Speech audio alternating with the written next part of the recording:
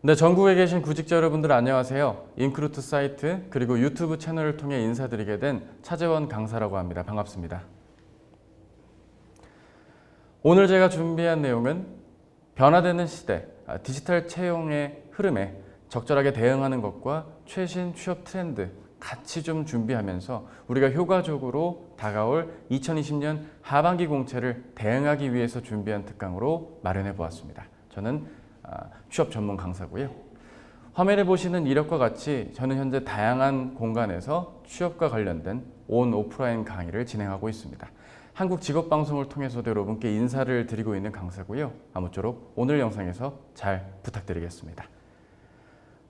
거두절미하고 바로 오늘 어떤 내용으로 준비될지 소개를 해드리도록 하겠습니다. 화면에 보시는 바와 같습니다. 최신 취업 트렌드 그리고 디지털 채용의 흐름에 맞게 효과적으로 대응하는 부분들, 그리고 우리가 남은 기간 동안 어떻게 대비하고 대응하면 좋을지 이야기 들려드릴까 합니다. 같이 들어주실 준비 되셨을까요?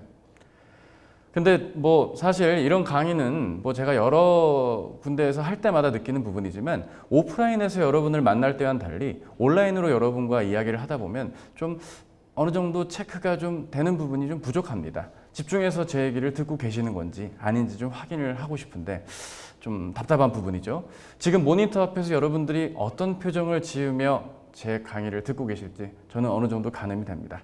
아마도 이런 표정이 아닐까 생각을 하는데요. 이 친구는 전국의 멍 때리기 대회 1회 우승자의 표정입니다. 7시간 반 동안 이 표정으로 우승을 차지했다니 대단하네요. 여러분도 오늘 제가 준비한 이 강의 이렇게 지루하고 답답하진 않을 텐데 라는 느낌이 드실 만큼, 적어도 이 친구의 표정이 나오지 않을 만큼 최선을 다해서 강의해 보도록 하겠습니다. 그런데 대부분 구직자분들은 이런 류의 영상을 볼 때마다 왜 이런 불안한 표정을 지은 것일까? 어쩌면 좀 막연하게 취업에 대해서 불안하지 않을까 하는 생각 해보게 됩니다. 코로나 블루라고 해서 전 국민들이 코로나19 때문에 많이 힘겨워하는 이런 시기에 취업까지 좀 안 되다 보니 아무래도 좀 더 우울한 표정들 지울 수가 없겠죠. 심지어는 사토리 세대라는 일본의 유행 언어 말처럼 특정 세대가 어느 정도 달관하는 어떤 흐름으로 이어가는 부분들은 많은 구직자분들 그리고 많은 청년 세대들에게 절망감과 부담감으로 다가오고 있는 요즘입니다. 이럴 때일수록 우리는 좀 더 정신을 바짝 차리고 끈을 좀 더 조여서 나에게 필요한 취업의 준비가 무엇이고 변화하는 흐름에 효과적으로 대응하는 부분들 우리가 고민을 좀 해봐야겠습니다. 여러분 그거 아십니까? 우리가 어느 정도 취업이라는 걸 하고 싶고 일정 부분에서 취업이 아니더라도 사회의 구성원이 되려면 누군가로부터 선택받는 어떤 게임에 직면하게 됩니다. 여러분께서 희망하시는 그 기업, 그 공공기관, 그 외국계 기업은 여러분들이 선택되어져야 하는 그런 게임에 직면하게 됩니다. 저는 취업할 생각 없어요. 그냥 아는 분이랑 구매 대행일 할래요. 네, 그런 라이프도 존중합니다. 근데 그렇게 하려면 고객님들의 선택도 일정 부분 수용해 주셔야겠죠. 유명한 스포츠 스타, 프로게이머들도 구단의 선택을 받아야만 본인의 역할을 다할 수 있는 오늘날입니다. 막연한 이야기 드리고 싶은 것이 아니고요. 여러분께서 대학이라는 울타리를 벗어난 이후부터는 누군가로부터 선택받는 게임에 돌입되게 됩니다. 선택을 잘 받고 차별화된 구직자로, 차별화된 지원자의 모습을 우리는 보여줘야 할 것입니다. 시기마다 구직자를 선발하는 기준과 방향이 변화해 왔다는 부분에 우리는 좀 주목해야겠습니다. 화면에 보시는 것처럼 최근의 흐름은 과거와 같은 스펙 중심의 채용이라기보단 여러분도 익히 아시다시피 직무에 적합한 탈스펙의 전형으로 조금씩 변화되고 있습니다. 일부 대기업과 특정 산업을 제외하면 이러한 기조는 점차 이어지고 있는 그런 형태고요. 그렇기 때문에 우리는 변화되는 흐름 그리고 취업이라는 것이 어떠한 이해도인지를 잘 이해하는 그런 단계를 거친 후에 비로소 성공적인 취업으로 이어갈 수가 있을 것입니다. 지금까지 제가 드린 이야기 정리가 되셨을까요? 막연하게 취업을 생각하면 막연할 수밖에 없는 것이고요. 그렇지 않고 변화되는 흐름에 맞게 내가 적합하고 채용되어질 수 있게 준비된다면 성공적으로 취업 준비할 수 있습니다. 그러면 현재 시점에서 우리가 주목해야 될 채용 시장의 주요 흐름과 비대면 채널 중심에서 우리가 새롭게 전형별로 익혀두어야 될 디지털 채용의 흐름 같이 좀 살펴보는 시간 가져보겠습니다. 지금 시작한 지 한 4, 5분 정도 지난 것 같은데 그렇게 지루하진 않으시죠? 남은 내용도 알차게 전해드려 볼게요. 화면에 보시는 게 2020년 현 시점에서 여러분이 맞닥뜨리게 될 취업 전형의 트렌드를 알 수 있습니다. 코로나19는 우리 채용 시장에도 많은 변화를 끼쳤고요. 기존의 변화의 흐름들을 좀 더 가속화시켰습니다. 그리고 각각의 전형별 대비가 중요해지고 있다는 전체적인 말씀과 함께 하나씩 이야기 이어가 보도록 할게요. 혹시 여러분 취업이라는 걸 준비하려면 채용 설명회, 채용 박람회 한번 밟아봐야 된다. 여러분들의 취업한 학교 선배들이 한 번쯤은 말씀해 주셨을 이야기일 겁니다. 하지만 작년 하반기부터 소위 SNS 채널 중심으로 온라인 채용 박람회도 활발해지고 있었는데요. 코로나19로 인해서 오프라인에서 더 이상 채용 설명회를 할 수 없는 기업들이 온라인 채널, 특히 유튜브라던가 지금 여러분들이 보시는 이러한 류의 영상 속에서 해당 기업의 공채 설명 그리고 직무를 소개하는 영상들이 새롭게 부각되고 채용 시장에서 기업이 중점적으로 힘을 쏟고 있는 부분입니다.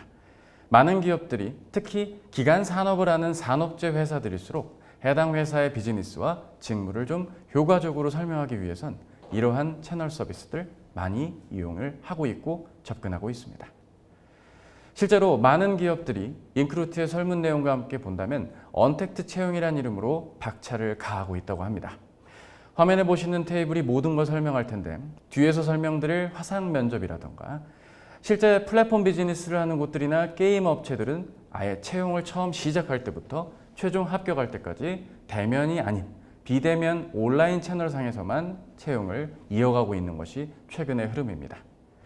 인사 담당자의 상당수는 이러한 언택트 채용이 보다 확산될 거라는 기조를 보여주고 있고요. 이거 좀 너무한 흐름 아닙니까? 라고 생각하신다면 이제 우리는 좀 전향적으로 받아들여야 할 때입니다. 우리는 언택트 채용에도 조금씩 익숙해질 필요가 있습니다. 여러분을 채용할 그 기업이 언택트 채용을 확산할 거니까 말이죠. 실제로 웃지 못할 일들도 있습니다. 특정 기업명을 밝히진 않겠지만 서류 합격을 했지만 코로나19로 인해서 우리가 채용을 잠시 보류하거나 취소를 하고 번복하는 일들이 일정 부분 벌어지고 있습니다. 산업 자체가 좀 희박했던 일부 산업체의 경우는 아예 채용을 못하는 일들까지 벌어지고 있으니 이건 비록 신입뿐만 아니라 경력직 채용에서도 두드러지게 나타나는 현상입니다. 입사 대기 통보를 받는 구직자분들 혹은 합격을 했지만 언제 합격할지 몰라 불안해하는 분들도 우리 주변에 심심치 않게 등장하고 있는 중입니다. 그런 가운데 주로 대기업들 중심으로 그래도 지난 봄 채용들이 있었습니다. 롯데그룹, 포스코그룹, 삼성그룹 그리고 일부 LG그룹의 일부 계열사 원래 떠야 할 기업들은 뜨지 못한 상황이라 아쉽지만 전체 예년과 달리 한 5에서 60% 정도의 그룹들이 대졸 공채 전형을 진행을 했습니다. 가뭄 속에 단비 같은 소식이 아닐 수 없었는데요. 그만큼 보다 더 많은 경쟁이 있었고 많은 탈락도 존재했던 그런 올 봄의 상황입니다. 코로나19는 이렇게 우리의 채용 시장을 좀 더 각박하게 타이트하게 이어가고 있게 한 원인이 아니었나 생각을 하게 됩니다. 그렇다 보니까 우리는 비대면 전형에 맞게 대비를 해야 되고 이러한 흐름에 익숙해져야 될 필요도 있습니다. 또 전화나 이메일로 특정 담당자에게 전형에 대한 안내를 받는 건 물론이고 SNS 공식 채널을 통해서 온라인 챗봇 서비스와 같은 전형상의 궁금한 사항들을 확인할 수 있는 서비스도 현재 많이 시도되고 있는 그런 상황입니다. 자, 지금까지 얘기만 들어도 어떨까요? 굉장히 피곤하시죠? 저도 이야기하는데 굉장히 좀 죄송했습니다.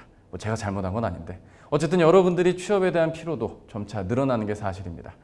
취업의 N수생이라고 하는 게 원래 이 N이 사실 한 시즌, 즉 6개월을 의미했던 N인데 이게 1년 6개월 점차 취업을 공채 중심으로 대비하는 분들의 대기 기간이 길어지는 공백기가 길어지는 사태가 벌어지고 있습니다.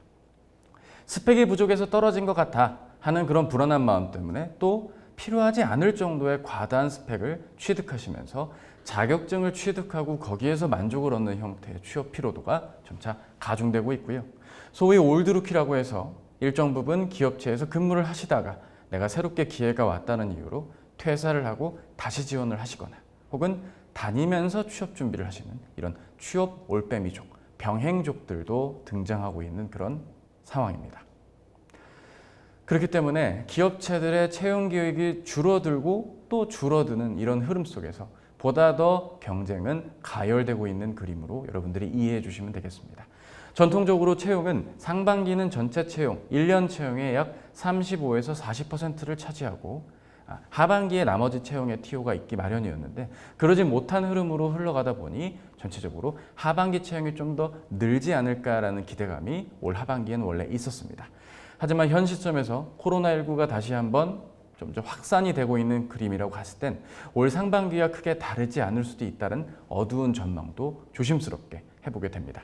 어쨌든 기업체는 기업체의 발전에 걸맞는 채용 계획을 그리고 채용 규모를 정하기 나름인데 부디 그렇게 잘 될 수 있도록 코로나19를 잘 극복하는 대한민국의 주요 기업들이 되셨으면 좋겠습니다. 그런 와중에도 여러 기업들은 채용 소식을 벌이고 있지만 사실 이 채용의 숫자가 10의 자리가 되지 않는 혹은 1의 자리나 혹은 10의 자리를 할지라도 10명 남짓의 채용들이 많이 이루어지고 있는 것은 사실입니다. 그럼에도 꾸준히 채용이 이어지고 있기 때문에 오히려 적은 숫자지만 채용이 이루어지고 있는 이런 수시에 가까운 공채가 요즘 들어서 많이 두드러지고 있는 기업들의 채용 소식의 특징이 있는 상황이고요. 그런 가운데 우리가 주목해야 되는 건 바로 인턴 채용이 아닐까 싶습니다. 금턴이란 말 들어보셨죠? 듣기 좀 부담되실까요? 실제로 채용이 많이 힘들어지고 있는 시기일수록 작은 기회더라도 나에게 실무에 가까운 학습의 장 그리고 내가 실제 실무에 가까운 업무를 체험했다는 것만으로도 채용 시장에서 변별력을, 경쟁력을 갖추기 좋은 게 요즘 취업의 특징입니다. 화면에 보시는 장표가 모든 걸 설명합니다. 여러분들이 마주하고 있는 주요 채용들은요, 특히 인턴 채용들은요, 바로 공공기관들에서 주로 진행하는 체험 전제형 인턴이 주를 이루고 있습니다. 짧게는 4주, 길게는 2달 반 정도의 기간 동안 공공기관에서 특정한 직무의 업무를 담당하는 일에 해당됩니다. 공공기관 지원자가 아니시라고요. 주요 대기업들이 결국 채용에 대한 인력 비용의 부담을 조금은 감수하고 거기에 걸맞게 잘 대응하기 위해서 채용 전제형 인턴들을 많이 진행하고 있는 것이 사실입니다.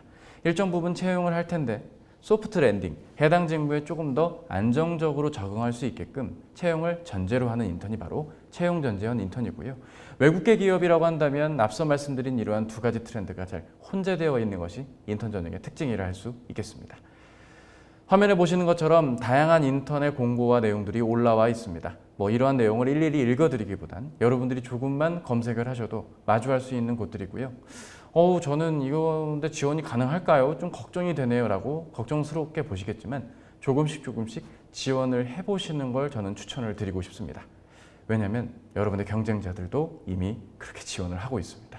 조금이라도 원하시는 직무, 원하시는 산업에서 일정 부분 성과를 거두고 싶으시다면 이러한 인턴 전형도 놓쳐선 안 되겠죠.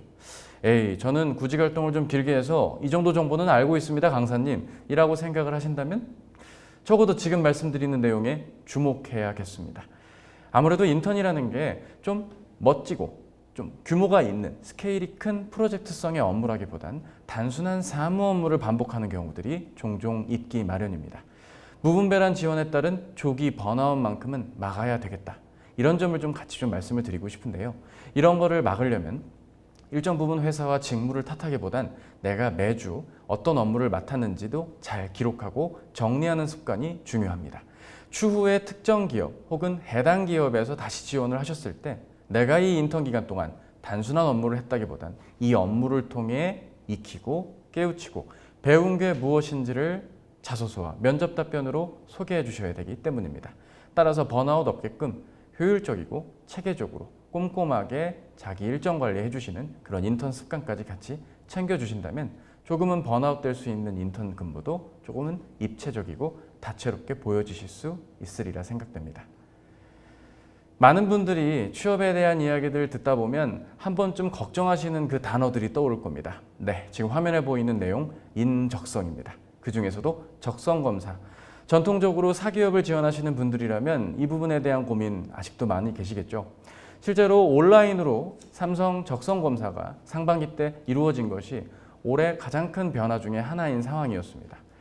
특정 공간에 모여서 지류로 문제를 푸는 것에서 온라인으로 문제를 클릭하고 풀어야 되는 이러한 적성 검사가 변화되는 시대의 채용의 흐름만큼이나 우리에게 중요도는 여전히 유지되고 있는 것이 특징이라 할 수 있습니다. 기업은 왜 이렇게 적성 검사를 놓치지 못할까요? 아무래도 채용에 대한 비리라든지 서류 전형에서부터 조금은 불공정했던 채용의 이슈들이 과거에 존재했었고, 기업들은 보다 공정하고 확실한 방법으로 인재를 선발 육성해야 된다는 의무감이 작용했을 겁니다. 따라서 문제풀이를 통해 일정 부분 해당 지원자가 지원하는 그 회사, 지원하는 그 직무에 적합하다는 공식적이고 변별력 있는 채용의 도구로서 많은 활용이 되고 있습니다. 그러한 흐름 가운데 준비를 하는 우리 입장에선 일정 부분 조금은 효과적이고 영리한 대비가 필요합니다. 제가 이제 취업이 처음이라 적성검사 얘기는 많이 들었는데 이거 제가 현재 어느 수준인지 궁금합니다 라고 질문이 있을 수가 있습니다. 그런 분들께는 주말 시간을 할애해서 모의고사형 문제 한두 해 분 정도는 꼭 풀어보실 것을 부탁드립니다. 아니, 저는 공부한 적 한 번도 없는데요. 네, 한 번도 공부 안 했기 때문에 문제를 풀어보셔야 됩니다. 지금 이 시기에 기본서 문제집 두꺼운 400페이지 이상을 학습을 하시다간 크리스마스가 다가옵니다. 여러분들이 문제풀이만 공부하려고 한다면 그건 공무원 시험 준비에 더 가깝겠죠. 적어도 내가 실전 문제풀이에 가까울 수 있을 만큼 제한된 시간 동안 한 번만 문제를 풀어봐 주신다면 좋겠습니다.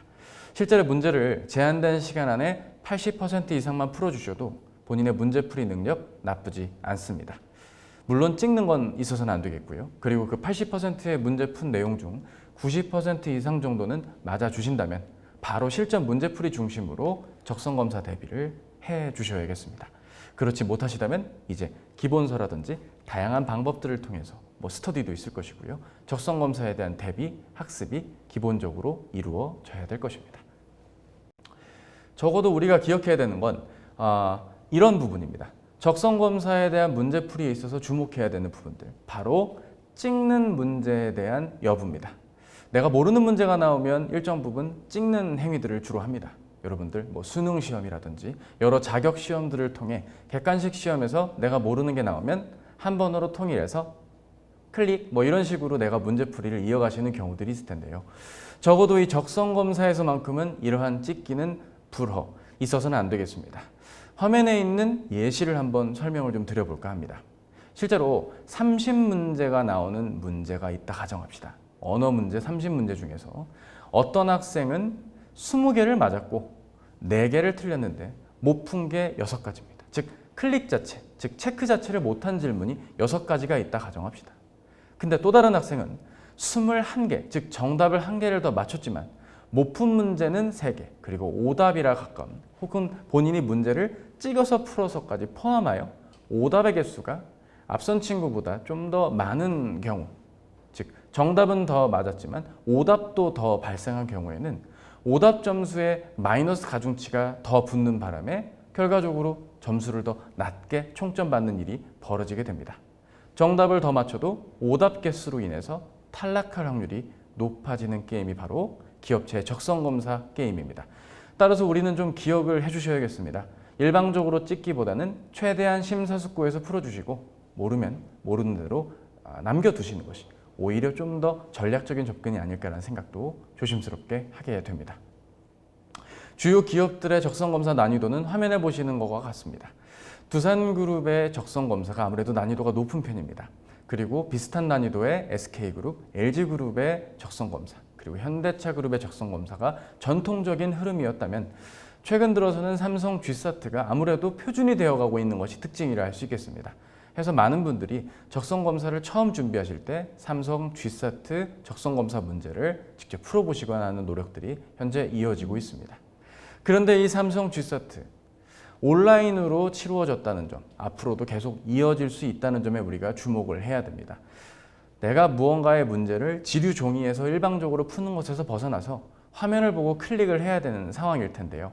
특정한 메모지 한두 장 안으로 내가 문제풀이를 잘 메모하고 기록하는 방식으로 스스로 연습을 평소에 좀 이어가 주셔야 되는 것이 관건이겠습니다. 인성검사에 대해서도 짧게 말씀드리자면 가급적 본인의 인성에 대한 일정 부분의 입장 정리가 필요하겠다. 이 정도로 좀 말씀을 드리겠습니다.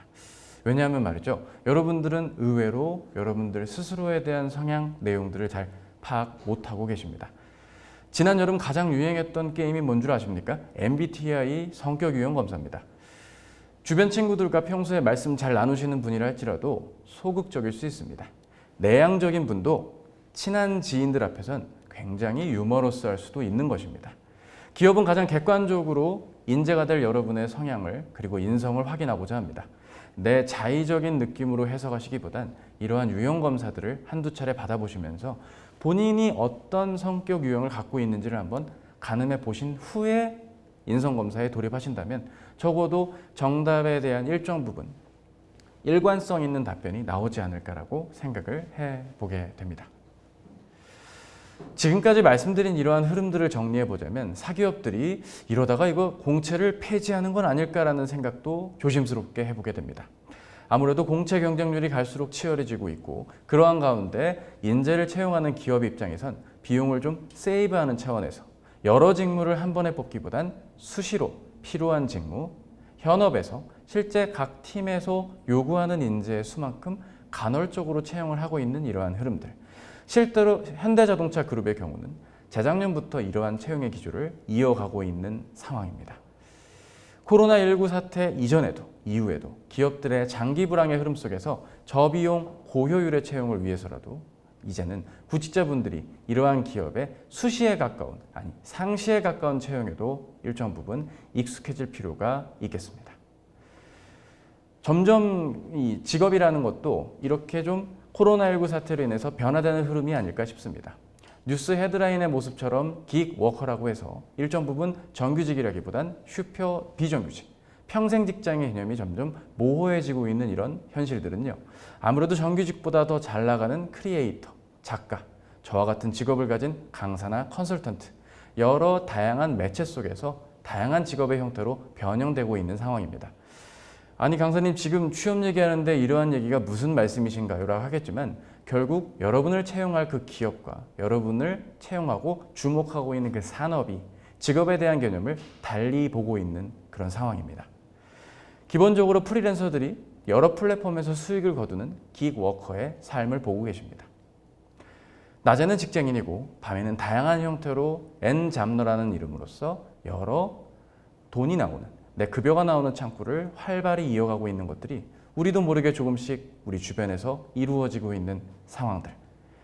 그렇기 때문에 정규직이 더 이상 답이 아닌 일정 부분 내가 잘할 수 있는 일을 여러 갈래에서 이어가고자 하는 수요도 이어지고 있습니다. 그리고 그러한 수요를 일부 기업들도 이제는 받아들여져야 할 때로 변화되고 있는 그런 상황입니다.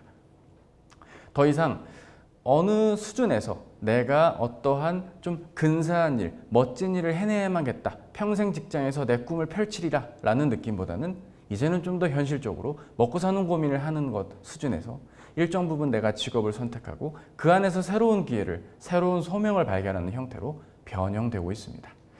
이렇기 때문에 정규직의 기회는 줄어들고 외국계 기업이든 혹은 내가 근로 형태의 계약이라든지 조건 면에서 점차 파생이 되고 다양해지고 있는 것도 현재의 취업시장에 우리가 모르고 있었던 흐름이 아닐까 생각이 됩니다.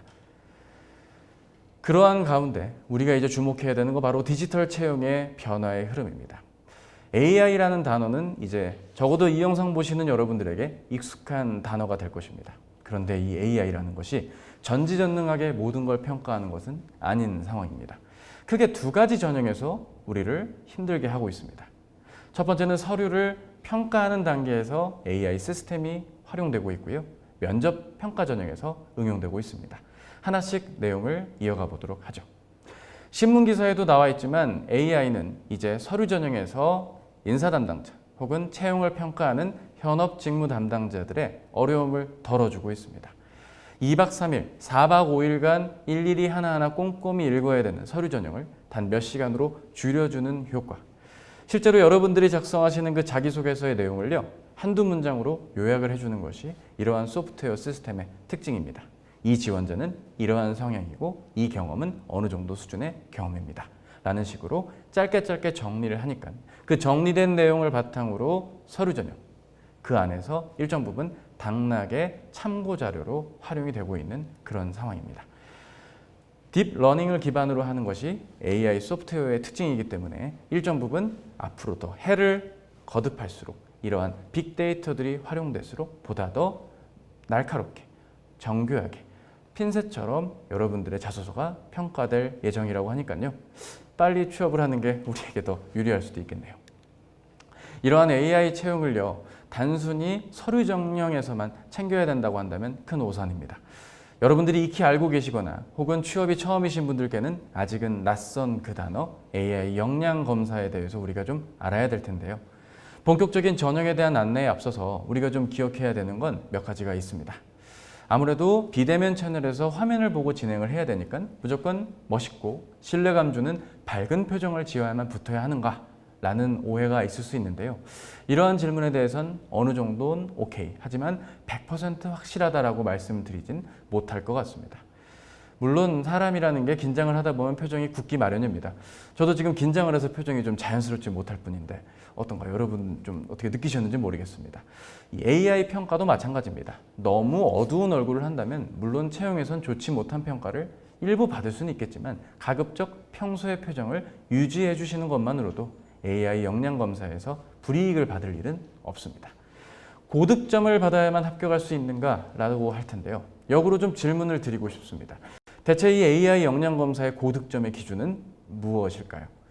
일단 어떤 필기고사와 같이 내가 묻는 질문에 내가 원하는 만큼 답을 다 뱉어내야만 합격을 하는 것일까요?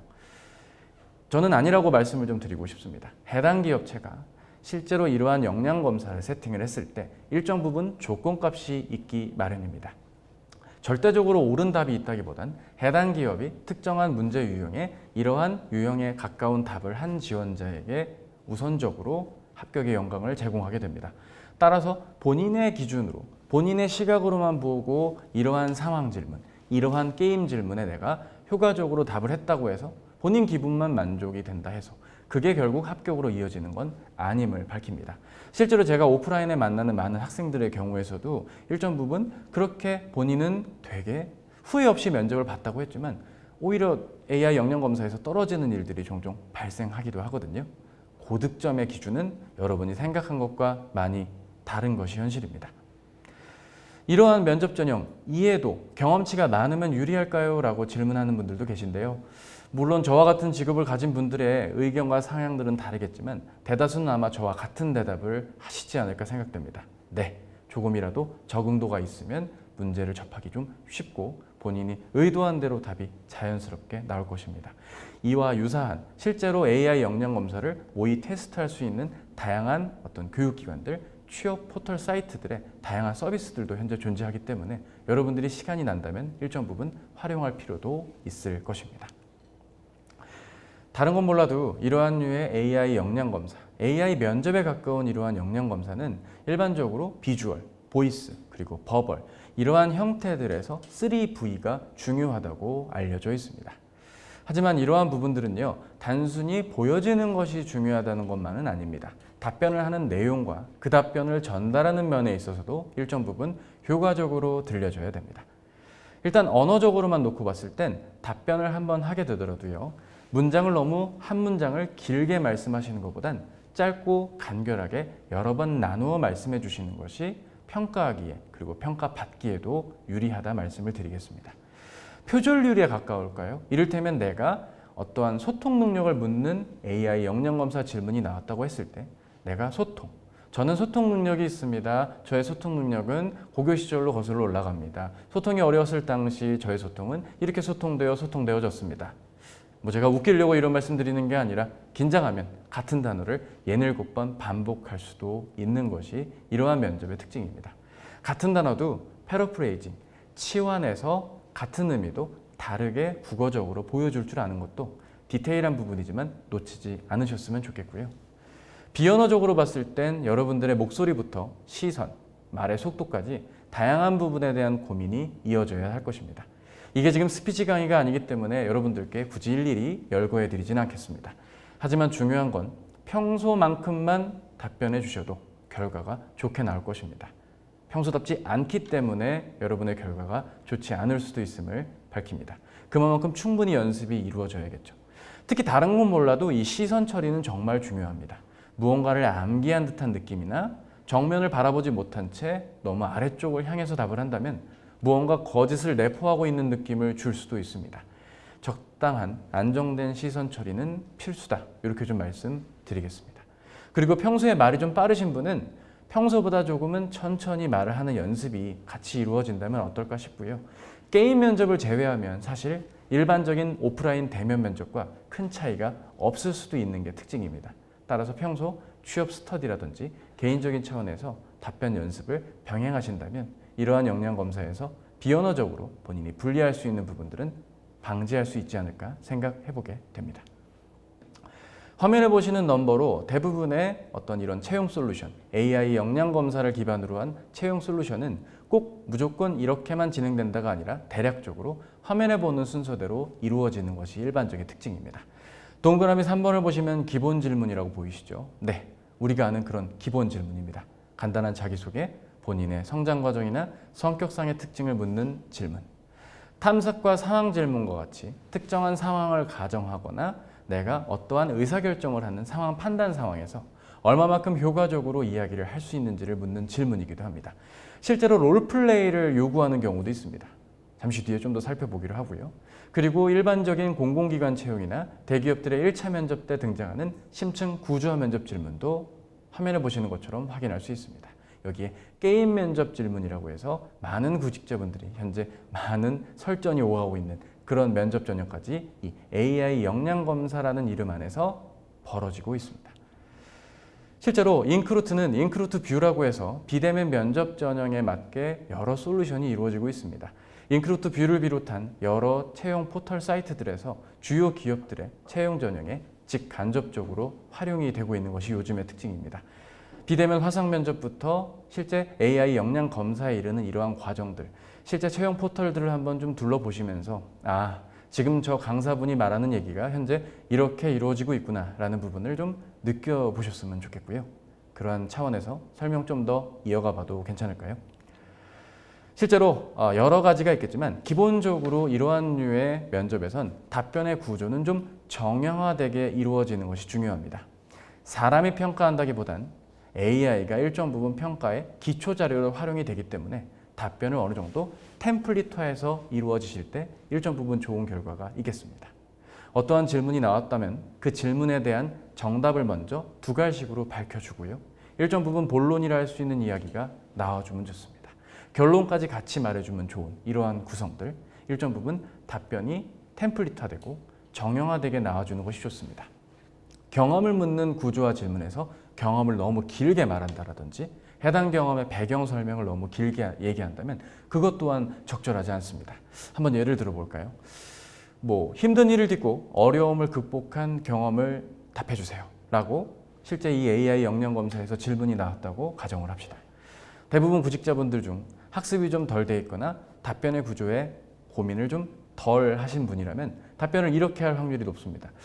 글쎄요, 제가 이제 대학교 3학년 때 이제 1학기 때 이제 봉사 동아리인데 이제 교내 봉사 동아리고 이제 회원이 한 20명 남짓. 근데 저는 총무였고 예년과 달리 회원이 안 모였던 3월 어느 날 이렇게 A4 용지 기준 2줄 반 이상 정말 묻는 말에 대한 답이 아닌 TMI성 질문이 많이 등장할 수도 있는 부분은 좋은 점수를 받지 못할 수도 있습니다.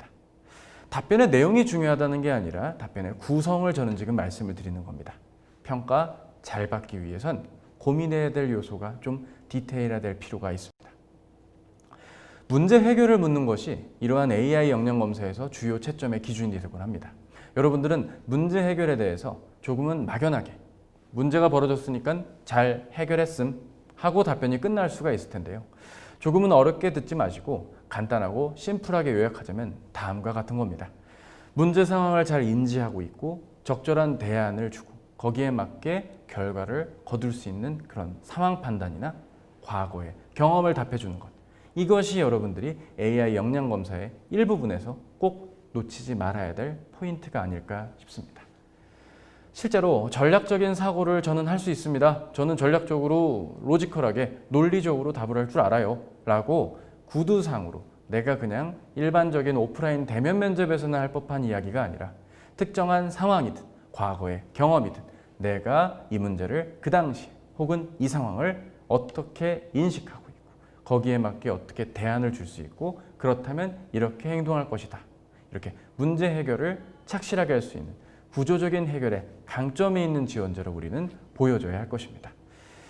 무슨 경영학 수업 같아요 선생님이라고 생각하실 수 있겠지만 저 지금 AI 역량 검사에서 중요한 이야기 하고 있는 겁니다. 1분만 더 집중해서 한번 제 얘기 들어주실까요? 지금 화면에 보이는 여러 가지 요소 바로 3S 문제 해결의 기초라고 할 수 있습니다. 이 문제는 어떻게 바라봐야 되고 해당 문제를 어떤 대안을 통해 해결을 했는지 이러한 부분이 요즘 기업체가 원하는 문제 해결형 인재, 해당 기업이 요구하는 인재에 걸맞는 모습일 것이고 그렇기 때문에 이런 류의 질문이 AI 역량 검사에서도 빈번하게 등장하게 됩니다. 일정 부분 상황 질문은 이렇게 내가 문제 해결력을 보유하고 있고 주어진 상황을 잘 판단할 줄 아는 부분에서 채점의 포인트가 시작이 됩니다. 자연스럽게 답변할 수 있고 자연스럽게 평가 기준에 맞게 답을 해 주셔야 되는 것이 AI 역량 검사의 한 축을 이룰 이런 류의 질문에 대한 답변 포인트라 할 수 있겠습니다. 한번 예를 들어 볼까요? 화면에 보시는 질문이 여기에 해당이 될 겁니다. 친한 친구와 식사를 할 때 메뉴를 마음대로 고르라고 해서 이것저것 추천했더니 고르는 메뉴마다 싫다고 합니다. 굉장히 변덕스럽죠? 이때 어떻게 당신은 행동하겠는가? 실제 기출된 질문입니다. 여기에서 어떻게 답변을 할까요? 면접 질문이라 하기에는 조금 난해할 수는 있지만 이 상황을 잘 판단을 하는 게 중요하겠죠? 오답은 이런 겁니다.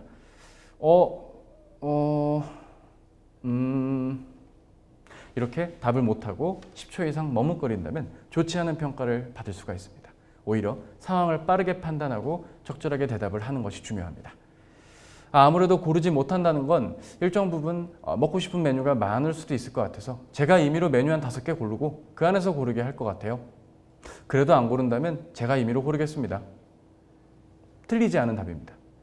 정답이 여러 개일 수 있음을 저는 좀 밝히고 싶습니다. 또 반대로 고르지 못한다면 친구가 부담을 느낄 수 있기 때문에 이번만큼은 제가 직접 고를까 합니다. 해서 이 메뉴를 추천합니다. 라고 하고 답을 해도 무방하겠습니다. 문제 해결의 방향 그리고 그 답은 다양하니까요. 너무 일방적으로 해당 문제에 심취해 있기보단 빠르게 상황을 판단하고 문제에 접근할 줄 아는 여러분이 되셨으면 좋겠고요. 당신을 잘 아는 사람들이 당신이 그 자리에 있는 줄도 모르고 당신에 대해 험담을 하고 있는 상황이다. 되게 속상하네요. 어떻게 하겠는가? 자, 이런 경우가 실제 벌어진다면 얼마나 속상하겠습니까? 정답은 뭘까요? 정답은 여러분께서 말씀하시기 나름인 겁니다. 내가 이 문제를 상황을 판단해보고 나라면 이렇게 행동을 하겠다에 걸맞게 답을 해야지 이 상황에 맞게 무언가 정답이 있는 것처럼 고민을 하시고 정답스럽게 억지 답변을 한다면 오히려 정답의 진실성 측면에서 좋지 않은 평가를 받으실 수도 있습니다. 내가 해당 자리에 있긴 하지만 오히려 내가 가만히 있는 게 이러한 험담이 이어질 수도 있으니 직접 마주하고 왜 이런 험담을 하게 되었는지 물을 것 같습니다. 네, 그것도 정답입니다.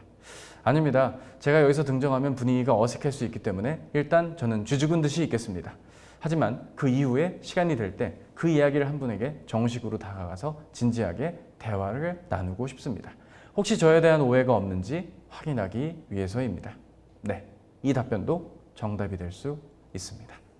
여러분들이 생각하시는 그 상황 판단 그리고 적절한 대안의 문제 해결이 적절하게 답이 이루어질 때 이러한 류의 문제는 잘 극복되실 수 있을 것입니다.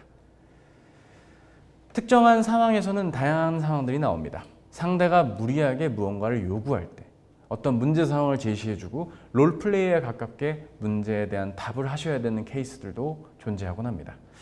10년 만에 고교 동창을 만났다. 고교 동창이 특정 금액 이상을 본인에게 빌려달라고 하는 상황이다. 본인이라면 금액을 빌려줄 것인가 말 것인가 혹은 이 상황을 어떻게 극복할 것인가.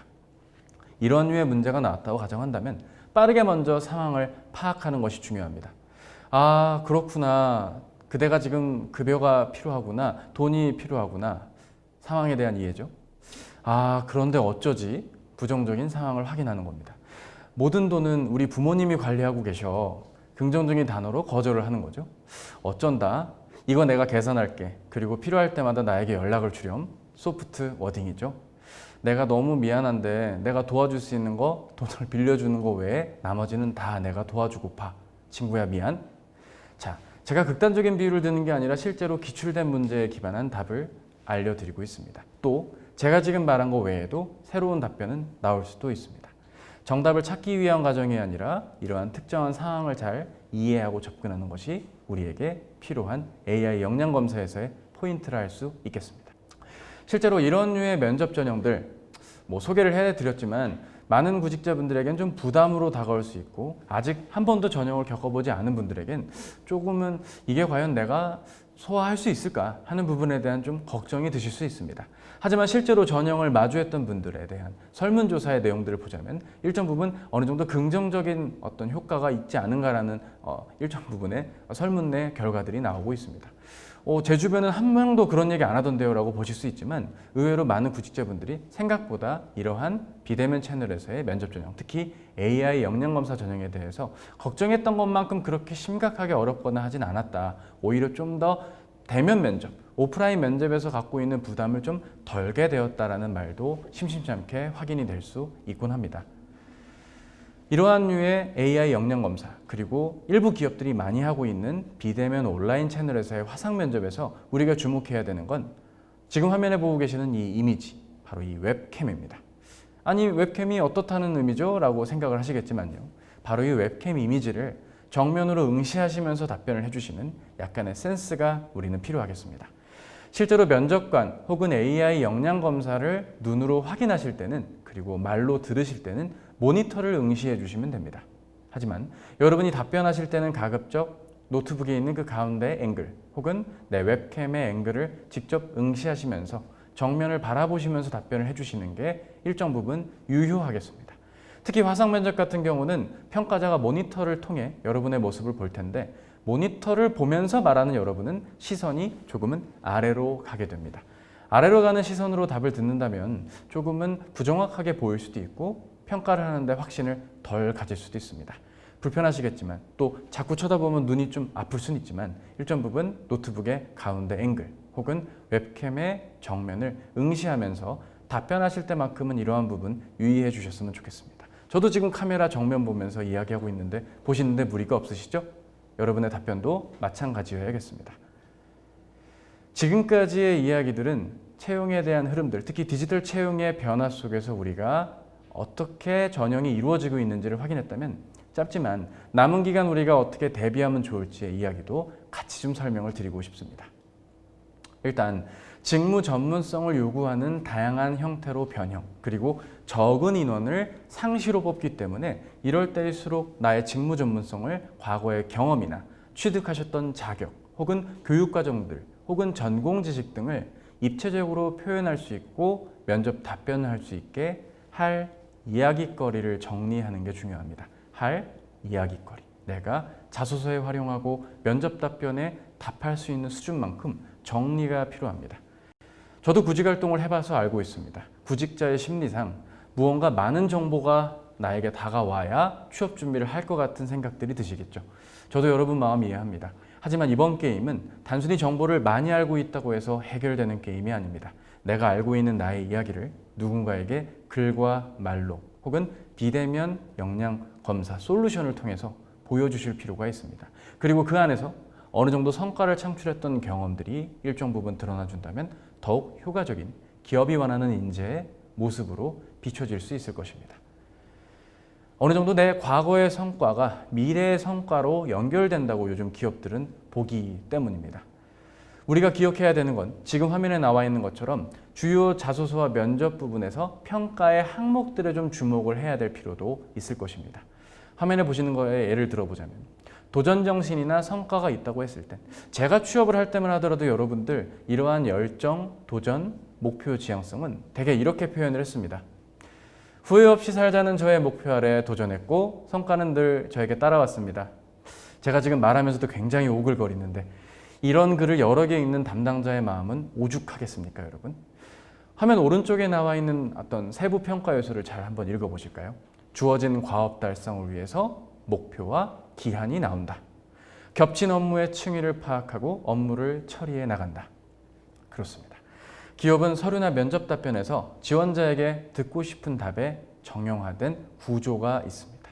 어떠한 컨텐츠 그 자체가 중요해지기보단 내가 작은 경험, 작은 활동, 일정 부분 당연한 지식이 있다 할지라도 어떻게 대비하고 준비했는지가 잘 나올 수 있게끔 우리 한번 잘 고민하고 정리가 필요할 것입니다. 특히 이런 류의 지식과 경험은 일정 부분에 대한 학습을 단순히 했다라는 일방적인 나열이 되기보다는 내가 어느 정도 목표를 갖고 계획하에 실천했다는 구성으로 나오는 것이 좋습니다. 단순히 어떠한 자격증, 어떠한 교육 코스를 이수해서 영업력을 길렀다라는 일방적인 나열의 귀납적인 답변보다는 영업의 기본기를 기르자는 목적을 갖고 계획하에 실천하는 이러한 플로우로 나의 학습 과정, 나의 취업 준비 여정, 나의 직무 전문성을 표현해 보는 건 어떨까요? 목표 잡고 계획해서 실천하는 거. 목표 잡고 계획해서 실천하는 거. 조금만 생각해 보시면 여러분의 당연한 이야기가 누군가에겐 뻔한 이야기로 보일 수도 있기 때문에 그렇게 평가하지 않고 제대로 평가받기 위한 글의 구조를 위해서라도 내 경험, 내 지식의 습득 과정도 잘 정리가 필요하겠습니다. 디지털 역량이 중요한 때입니다.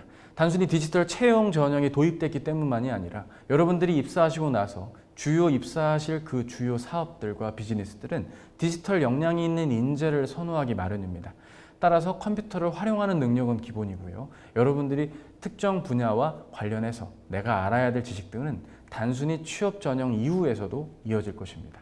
취업 전형 때뿐만 아니라 내가 취업한 이후에도 특정한 데이터를 처리한다든지 OA를 활용하는 여러 면에서 디지털적인 역량과 해당 지식들 그리고 디지털 트랜스포메이션의 변화의 시대에 걸맞게 내가 관련해서 지식적으로 자격적으로도 대비가 일정 부분 이루어져야 되는 시대에 계속 학습을 하면서 준비해야 될 시대로 변화되고 있음을 여러분 기억해 주셨으면 좋겠습니다. 또 비공식적으로 채용 채널이 확대가 되고 있는 것이 최근의 특징입니다. 여러 가지 모바일 앱은 기본이고요. 특정 기업의 경우는 스타트업일 수도 있고 외국계 기업일 수도 있지만 본인들의 SNS 채널상에서도 채용 공고가 간헐적으로 올라오는 경우들도 존재하긴 합니다. 내가 희망하는 산업과 분야의 기업들이라면 잘 즐겨찾기 혹은 잘 메모해 두셨다가 정기적으로 찾아보시는 노력들 필요하겠죠. 또 여러분들이 인맥 네트워크와 관련된 주요 SNS 플랫폼 안에서 특정 현직자라든지 채용과 관계된 인물들에게 주기적인 다이렉트 메시지라든지 일정 부분의 내용들 이런 게 결국 외국에서 벌어지는 채용의 흐름과 일맥상통합니다.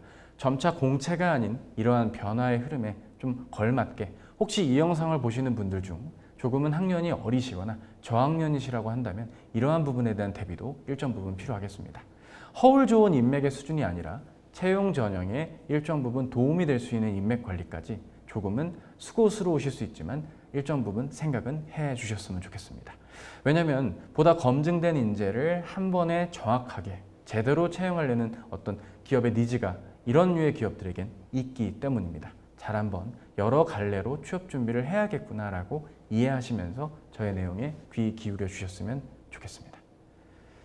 해당되는 링크드인, 리멤버 여러 가지 사이트들이 있는데 이런 부분들은 참고해 주시면 좋을 것 같고요. 결국 정리하자면 나만의 퍼스널 브랜딩이라는 어려운 이야기보단 결국 직무 전문성에 맞게 내가 일정 부분 대비가 필요하다는 부분들 그리고 네트워크가 일정 부분 이루어져야 되는 부분들 그리고 보다 더 날카롭게 나를 다져가면서 전형별 대비도 핀셋처럼 정확하게 그리고 지원해야 될 회사 산업에 대한 고민 그리고 나에 대한 할 이야기거리 정리까지 입체적으로 이루어진다면 성공적인 취업으로 연결되지 않을까 생각해 보게 됩니다. 그리고 상시로 지원할 수 있는 노력 대비까지 같이 좀 갖춰주실 것을 부탁드리겠고요. 상시로 대비를 하는 부분까지 설명을 하고 오늘 이야기를 이제 종료할까 합니다. 여러분, 너무나 당연한 이야기일 수도 있지만 자기소개서와 면접 대비는요. 언제 어디서든 바로바로 준비할 수 있게 미리미리 대비하는 것이 중요합니다. 화면 위쪽에 나와 있는 괴로워하는 젊은이의 표정을 보십시오. 지금 이 영상 보시는 바로 이 시기에 조금 괴롭지만 미리미리 내가 희망하는 직무와 산업, 회사에 걸맞는 자기소개서와 면접 답변이 기본적으로 이루어지는 것이 중요하겠습니다. 이 인고의 세월을 거둔다면 10월달, 11월달 이후에 좋은 취업 성과로 이어질 것입니다. 만약 이 시기에 채용 공고만 클릭하면서 내가 채용 공고를 보는 것만으로도 내가 취업 준비하는 거라고 착각을 하고 계신다면 그거는 좀 정답이 아니겠습니다. 미리미리 대비하는 습관 꼭 필요하다 말씀을 드리고요. 어느 정도 기업에서 원하는 채용의 흐름에 맞게 앞서 설명드린 것처럼 간단한 질문들 그리고 자세한 경험 질문들까지 폭넓게 대비를 하는 습관도 여러분들에게 자기소개서 그리고 면접 답변에서 꼭 필요하겠다 말씀을 드리도록 하겠습니다. 지금까지 다양한 취업 전형에 대한 동향과 대비에 대한 얘기를 했는데요. 조금은 직접적인 이야기를 하고 좀 마무리를 해보는 게 어떨까 생각을 하게 됩니다. 단순히 좀 자소서 좀 잘 쓰고 지원 전략 잘 짜면 붙는 거 아니냐, 자소서 잘 쓰면 되는 거 아니냐라고 생각들 하시겠지만요. 자소서나 면접 답변 잘하기 위해선 사전에 다양한 정리들이 좀 필요할 것입니다. 하지만 지금 화면에 나와 있는 내용들 중 우리는 견적을 잘 파악해야 된다. 바로 이 부분에 우리가 좀 주목을 해야 할 필요가 있을 텐데요. 많은 구직자분들이 어느 정도 스펙을 갖추면 그냥 취업할 수 있는 거 아니냐. 우리 학교 정도 나오면, 우리과 정도 나오면 어느 정도 취업될 수 있는 거 아니냐. 내가 영어 점수에다 일본어 점수 하나만 더 따면 혹은 신 HSK 6급만 따면 이거 합격할 수 있는 거 아니냐. 이렇게 단편적으로만 접근을 하고 계신데요. 사실 지원하려는 회사 그리고 여러분의 상황에 따라서 접근해야 될 케이스와 노력들 조금씩 상이하겠다라는 말씀을 좀 마지막으로 드리고 싶습니다. 무슨 얘기냐면요. 어떤 분에게는 영어 점수가 매우 중요할 수도 있고요. 어떤 분에겐 자소서나 AI 역량검사 대비가 더 중요할 수도 있다 이 얘기입니다. 잘 이해가 안 되실까 봐 특정한 한 학생의 사례를 통해서 우리가 남은 기간 가장 중요하게 생각할 전략에 대한 대비들 한번 되짚어보고 마무리하도록 하겠습니다. 내가 희망하는 기업과 기관은 없는데 내 상황에서 최선의 선택을 하고 싶은 한 여학생의 사연입니다. 24살 여성입니다. 활발한 성향이었는데 취업이 잘 안 되어서 자존감이 낮아진 상황입니다. 전공은 살리면서 취업을 하고 싶은데 전공이 뭔가 봤더니 인서울에 있는 경영학을 졸업하셨군요. 근데 평점이 3.2점의 학점입니다. 근데 놀랍게도 전공의 평점 점수는 더 낮은, 그러니까 교양 점수가 합쳐졌기 때문에 3.2점인 거지 교양 점수가 빠지면 학점이 더 낮은 안타까운 케이스. 졸업 이후에 공백기가 10개월이고요. 토익이 750점에 HSKB 6급인 상황입니다. 저학년 때 구매 직무에 빠져 구매 전문가 과정을 수료하셨던 분이고요. 중국으로 어학연수를 1년 갔다 오셨고 교환학생 없고 대외활동 없고 봉사활동은 졸업 수준만큼만 하셨고 직장 근무 경험은 협력사, 대기업 1차 벤더사에서 인턴 2달 하셨고요. 다양한 서비스직 알바를 하셨습니다. 은행이나 증권사의 창구 영업이 현실적인 접근일 수도 있겠지만 취업을 그런 쪽으로는 원치 않고 본인의 과거에 밝았던 성향을 고려하는 상황에서 내가 원하는 기업에 가고 싶어하는 상황입니다. 근데 그 기업이 현재 없는 상황이고요. 학점을 좀 안 보는 기업에도 쓰고 싶습니다. 본인의 학점이 낮으니까요. 그런데 공기업을 꼭 넣어야 된다고 부모님의 성화가 이루어지고 있는 실제 제 예전 학생의 사연을 통해서 어떻게 케이스별로 지원하면 좋을지 그리고 준비해야 될지를 이야기해 보도록 하겠습니다. 만약 이분이 대기업에 들어가야 된다면 애석하게도 대면상에서 영업관리에 가까운 일부터 메인으로 지원을 해주셔야 됩니다. 소비재 기업이라고 할 수 있는 풀무원이나 CJ제일제당, 대상가 같은 곳에서 특정한 권역에서 영업관리의 일을 하신다든지 스토어 매니저로서 커피 브랜드, 프랜차이즈 사업에서의 매니저 역할 혹은 식자재 유통기업에서 일정 부분 수주 영업을 해야 될 수도 있습니다. 저는 그런 쪽을 원치 않는데요. 네. 본인의 성향과 가치관에 따라 지원을 안 하셔도 되는 상황이었지만 취업이 급하다고 한다면 최대 어디까지 지원이 가능한지에 대한 이야기를 저는 지금 말씀을 드리고 있습니다. 여기에 학점을 잘 안 보는 GS 리테일 같은 곳 혹은 초대졸 전형이긴 하지만 이마트24 같은 곳에 지원도 할 수 있겠습니다. 그리고 유통기업에서 하는 양판 사업을 하는 롯데 하이마트라든지 전자랜드 등에 지원을 할 수도 있고 헬스앤뷰티 스토어를 할 수 있는 올리브영에도 지원할 수 있겠죠. 지원할 땐 참 많겠죠. 근데 이분이 이런 곳들 지원하려면 어떤 대비를 해야 될까요? 간단합니다. 영어 말하기 점수가 일정 부분 확보가 되어야 됩니다. 이런 기업들은 토익 점수를 별로 중요시 여기지 않습니다. 지원 자격에 가까운 영어 점수 혹은 일정 수준 이상의 자기소개서와 면접 답변이 적절하게 이루어져야 되는 최소한의 스펙 준비와 전형 대비가 중요한 상황이고요. 만약에 이분이 중소 중견기업으로 간다면 일단 대학병원직으로 사무행정직에 한번 노려보는 걸 추천을 드리고 싶습니다. 아니면은 일반 중소기업에 다니시다가 야간 MBA를 통해서 본인의 커리어를 업시키는 케이스도 있고요. 시청률 조사업체 등에서 계약직으로 영업 업무를 하신다든지 일단 중견 중소업체 등장하신 뒤 내가 입사하신 뒤에 일정 부분 반복된 계약 그리고 정규직 이런 경력을 옮기시는 케이스로서 본인의 커리어를 이어가는 방법도 존재하게 됩니다. 이런 경우라고 한다면 일단 역으로 영어 말하기 점수보단 토익 점수가 더 필요하신 상황입니다. 따라서 토익 점수를 최소 750에서 800점 이상은 확보하신 후에 일정 부분 지원을 빨리빨리 할 수 있는 기본 템플릿, 지원 동기, 성격의 장단점, 성장 과정 등이 또 나와야 되는 그런 상황들. 거기에 바로 면접이 이루어지니까 면접 답변도 일정 부분 소화해 주셔야겠죠. 만약에 이분이 공공기관에 지원을 해야 된다면 가산점 영역에 해당될 수 있는 기본 자격들을 먼저 취득하시면서 대비를 해야겠고요. 체험형 인턴 전형도 한번 노려보실 필요가 있습니다. 그리고 NCS 전공 필기 문제. 앞서 다른 영상을 통해서도 만나보셨겠지만 NCS 전공 필기의 비중이 다시 또 높아지고 있기 때문에 이 부분에 대한 노력들도 잘 챙겨보시면서 일정 부분의 대비가 이루어져야 될 것입니다.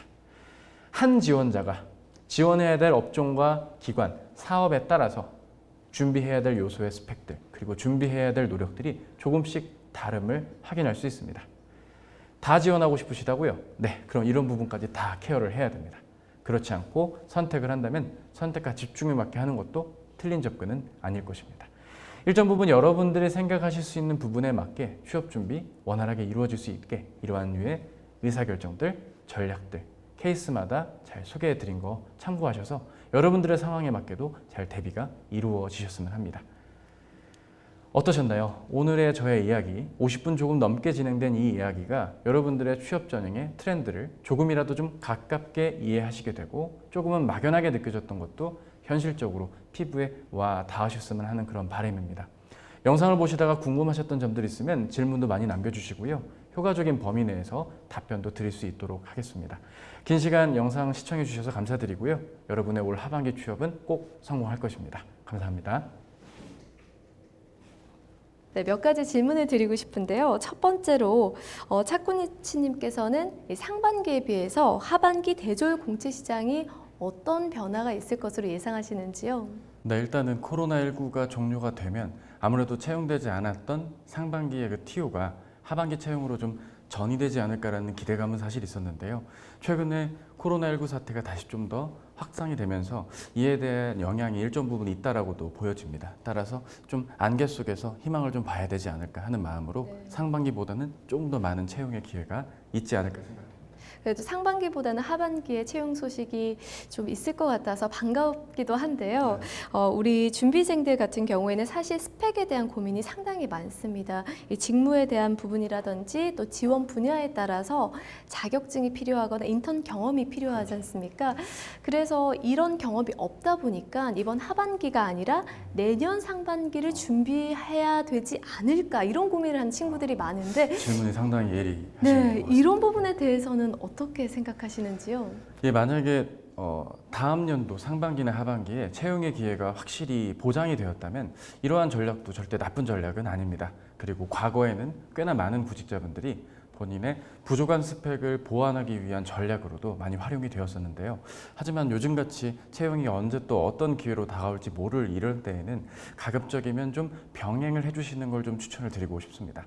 무분별하게 나는 아무 지원을 하지 않을 테야 하는 좀 약간 극단적인 접근보다는 최소한의 지원 방향을 좀 생각하시면서 지원은 소수라도 해보시고 그러면서 나에게 부족한 교육과정이나 지식, 자격 등을 취득하는 노력이 일정 부분 필요하지 않을까 생각하게 됩니다. 네, 아무래도 내년에 지원한다고 해도 올해 한 번쯤은 경험해보는 것이 또 네, 부족한 그렇죠. 부분을 채울 수 있는 기회가 된다는 말씀이시죠? 네, 그렇습니다. 네, 그리고 지금 포스트 코로나 시대에 맞춰서 언택트 면접이나 이런 화상 면접 그리고 AI 역량 검사 등이 진행되고 있는데요. 이런 부분에 있어서 우리 취업 준비생분들에게 조언을 해주실 부분이 있으신가요? 뭐 조언이라고 하면 사실 뭐 한두 시간으로도 끝나지 않을 만큼 중요해지고 있는 전형이라서 유념해야 될 부분 딱 두 가지만 말씀을 드리고 싶습니다. 첫 번째는 랜선 관리입니다. 의외로 통신장애 때문에 접속 불량으로 조기에 탈락하시는 일들이 심심치 않게 벌어지고 있습니다. 실제 그 채용 솔루션을 진행하는 외주 교육기관들에서도 이러한 부분들에 대한 안내를 충분히 가이드라인으로 드리고 있는데요. 따라서 기업체 채용을 앞두고 있는 분들, 특히 비대면 화상 면접이나 AI 역량 검사를 앞두고 있다면 너무나 당연하지만 랜선 관리, 인터넷 라인이 탄탄한지 보셔야 되고요. 정말 편한 장소가 본인의 집이시라면 집보다는 오히려 좀 인터넷 환경이 좀 좋은 외부의 어떤 스터디룸이라든지 별도의 공간 안에서 한번 시험을 보시는 것도 적절하지 않을까 생각이 듭니다.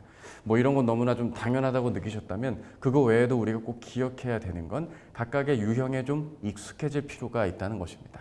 실제로 뭐 앞서 설명을 다 드렸지만 게임 면접이라든지 상황 제시형 면접, 거의 롤플레이에 가까운 답변들을 소화하셔야 되는 이런 면들이 유형이 익숙치 않으면 조금 당황하실 수도 있습니다. 따라서 당황하지 않게끔 일부 유형에 좀 적응하실 수 있도록 뭐 이 시뮬레이션을 한번 연습해 보시거나 스터디 함께 하시는 취업 준비생들과 같이 한번 좀 대비해 보신다면 이러한 부분의 두려움이 좀 가시지 않을까 해서 이렇게 두 가지 조언 말씀드립니다. 네, 코치님 말씀처럼 함께 스터디하는 친구들과 함께는 시뮬레이션을 해보고 또 혼자 있을 때는 이미지 트레이닝을 해보면 굉장히 좋을 것 같은데요. 이런 말씀을 해주시는 거 보니까 정말 우리 취업 준비생들에게 정말 많은 관심을 가지고 계신 것 같습니다. 마지막으로 우리 취업 준비생들에게 힘든 시기잖아요. 이 포스트 코로나에 있어서 조금 어려움을 이길 수 있는 응원의 한마디 마지막으로 부탁드립니다. 응원이라고 들리실 수도 있고 조금은 약간의 걱정이나 잔소리로 받아들이실 수도 있습니다만 이러한 시기일수록 보다 더 많은 기회가 오질 않습니다. 조금이라도 더 고민해 보시고 지원의 폭을 넓히시고 지원할 수 있는 횟수를 조금이라도 더 가져보시는 것만이 이 힘든 취준 기간을 이겨내실 수 있는 비결이라고 보고요. 오늘 저희가 준비한 이러한 다양한 취업 준비에 대한 영상들 잘 참고하시고 반복 시청하신다면 분명 좋은 결과가 성과로서 따라오리라 생각됩니다. 기운 내주셨으면 좋겠습니다. 네, 오늘 차재원 코치님께서 말씀해 주신 대로 여러분들께서 차근차근 준비하시면 조금 미래를 앞당길 수 있는 방법이 되지 않을까 하는 생각이 듭니다. 오늘 강연 진심으로 감사드립니다. 고맙습니다. 감사합니다.